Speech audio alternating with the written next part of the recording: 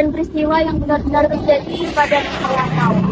Setiap desa tentu memiliki sejarahnya masing-masing, termasuk desa Kedung Ombo.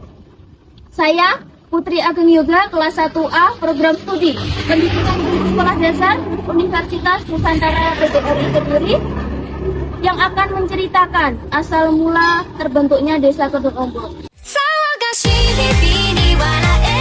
Tentunya saya tidak serta-merta dalam menceritakan asal mula desa Kedung Ombo. Saya bersumber dari Mbah Pardi yang merupakan juru kunci desa Kedung Ombo. Lalu, bagaimanakah asal mula terbentuknya desa Kedung Ombo? Dan siapakah tokoh di balik perjuangan desa Kedung Ombo? Dalam video saya kali ini.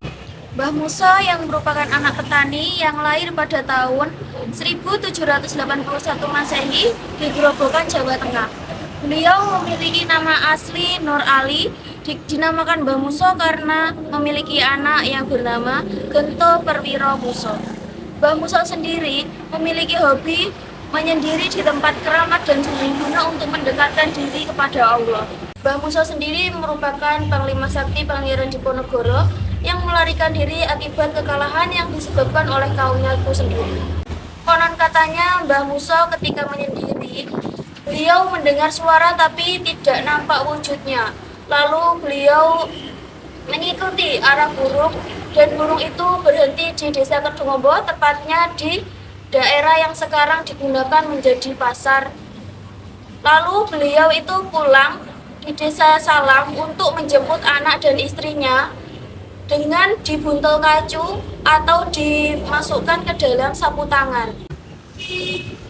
Dulu desa Kedung Ombo bernama Kerandekan dikarenakan Mbah Muso ini berhentinya di sini.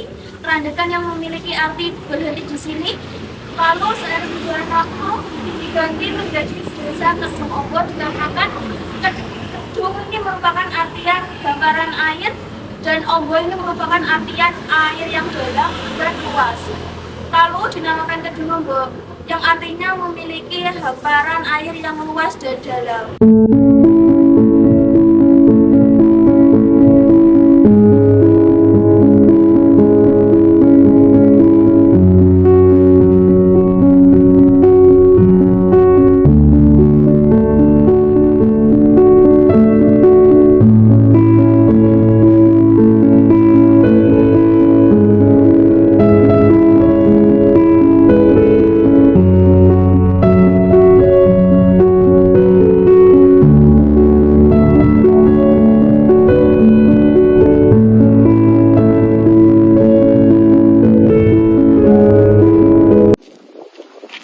Membuka desa Kedung Ombo, Mbah Muso juga bertujuan untuk menyebarkan syariah agama Islam di desa Kedung Ombo. Dulu tanah ini merupakan kedung atau hamparan air yang sangat luas dan dalam. Lalu Mbah Muso itu berkeinginan dan berdoa kepada Allah untuk memindahkan kedung atau air ini ke sungai. Dengan mukjizat Allah ternyata dikabulkan. Setelah menjadi daratan, lalu sama Mbah Muso itu dibangun masjid atau pondok untuk menyebarkan syariah agama Islam di desa Kedung Ombo.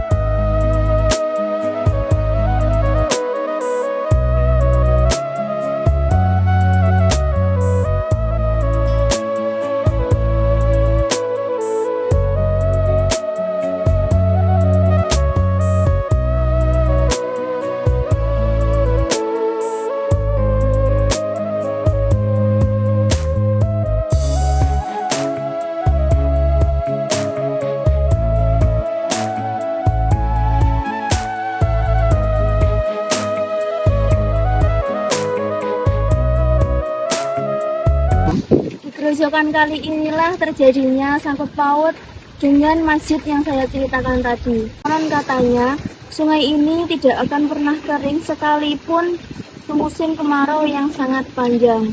Konon katanya, pada saat pembuatan sungai ini yang berjurusan Sungai Ngeliman, Mbah Muso beserta para warga itu bergotong royong untuk membangun sungai ini.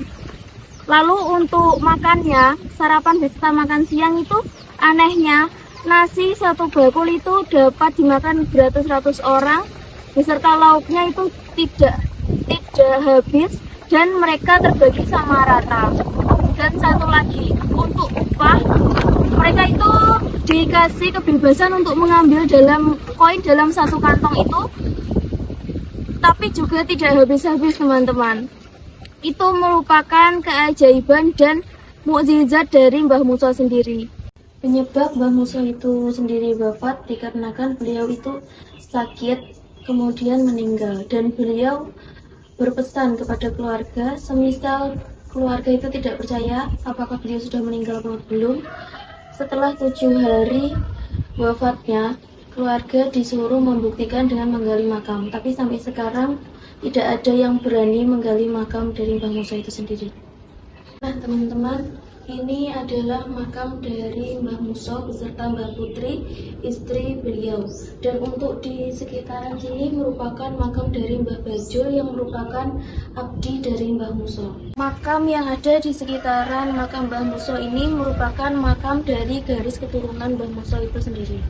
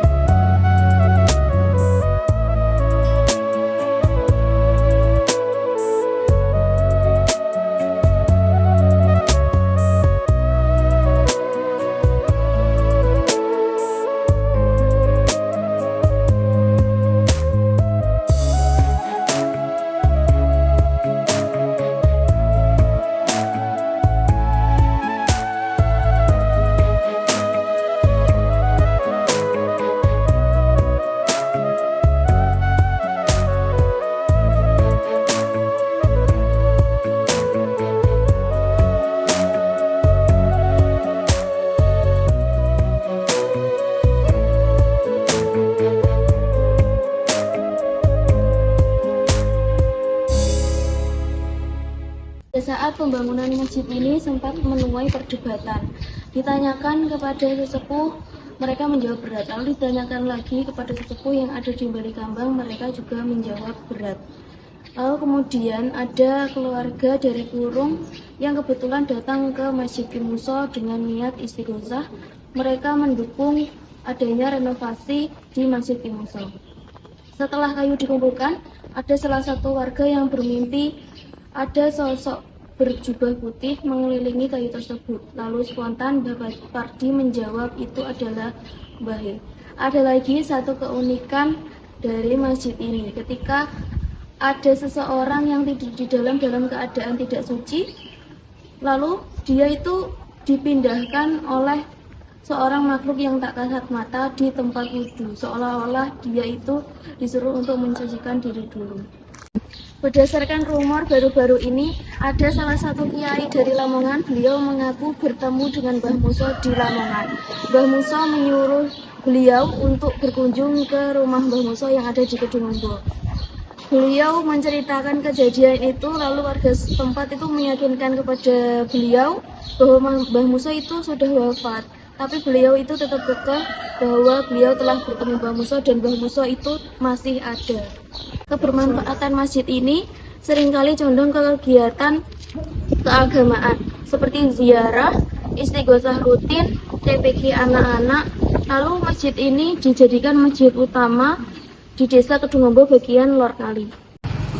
Ibarat kata tak ada gajah yang tak retak, begitu pula dengan istighosah.